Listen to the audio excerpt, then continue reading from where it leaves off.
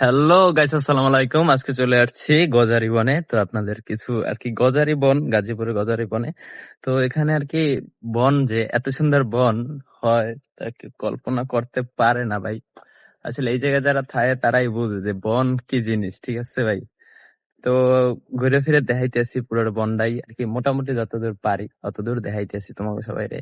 আসলে গজারি বনে আর কি ঢুকলে আর কি এতটা একটা ফিলিংস হয়, ঠিক আছে ভাই। আর কি মনে হয় যে আর কি এই এই জায়গায় থাই, টং বানাই থাই, ঠিক আছে, এমন একটা পজিশন। আসলে কিছুদিন আগে একবার আইছিলাম, তো দ্বিতীয়বার এই প্রাকৃতিক বাতাস, তো এটা তো অসাধারণ হয় ওর কথা। আসলে এখান দিয়ে রাস্তা দুইটা, তো কোনটা চুজ করবো কও? এই যে মাটির রাস্তা চুজ করি, চলো। মাটির রাস্তা, তো মাটির রাস্তায় চলে যাই দেখি।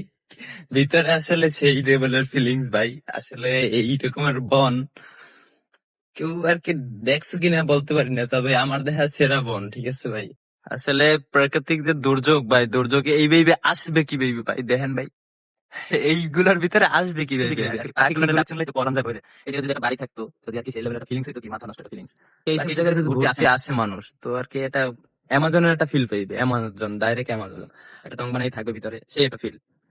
আমাকে যদিও কোনো গন্তব্য নাই, সকালবেলা ঘুম থেকে উঠছি, ঘুম থেকে উঠা যদিও খাবার পাইনি মেসে, এর লেগে মূলত বাইরে আসা চা খাওয়ার পরে আমাদের মনে পড়লো যে একটু সামনে দিয়ে একটু ঘুরে আসি। তো সামনে দিয়ে ঘুরতে ঘুরতে আমরা কিন্তু গভীর জঙ্গলে ঢুকে পড়লাম, ঠিক আছে ভাই। আসলে এত সুন্দর বন, আর এদিকে এসছে বনটা। বনটা দেখলে আর কি সেরকম একটা ফিলিংস জাগে যে পরিবেশটা আর কি এত সুন্দর লাগে ভাই। আর কি পরিবেশটার মতো পরিবেশ হয় না ভাই।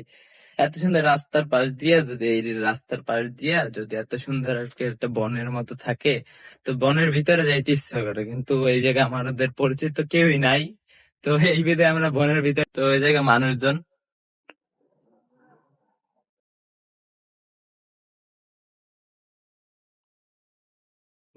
তাহলে জায়গাটা খুব সুন্দর। আমাদের গন্তব্যস্থান যেহেতু শেষ, তাই আমাদের আবার ব্যাক করতে হইতেছে। 20 টাকা লাগতো যদি গাড়িতে আসতাম তাইলে। তা আসলে আমরা গাড়িতে আসিনি, আমরা হাঁটতে হাঁটতে আসছি। সে একটা ফিল পাইছি। তো এতটুকুই না ভাই, আর কি লাইফে চিল করার লাগে ভাই ঘুরতে হইবে, প্রচুর পরিমাণে ঘুরতে হইবে। ঘোরার কোনো বিকল্প নাই ভাই। আগে নিজের গ্রাম চেনো, তারপরে শহর চেনো, তারপর দেশ চেনো, তারপর বাহিরে যাও। বাহিরে যাও, অনেকে ঘোরার লাগে বাহিরে যাইতেছো তোমরা। আসলে বাহিরে যাওয়ার একটা সময় আছে। বাইরে যাও, দেশ চেনো আগে, আগে নিজের গ্রাম চেনো, নিজের মাতৃভূমি পুরোটা চেনো, তারপর না হয় তুমি আর কি শহরে যাও, বিদেশ বিভিন্ন দেশে যাও, ওটা কোনো প্রবলেম না, ঠিক আছে ভাই। আল্লাহ হাফেজ, দেখা হবে আবার।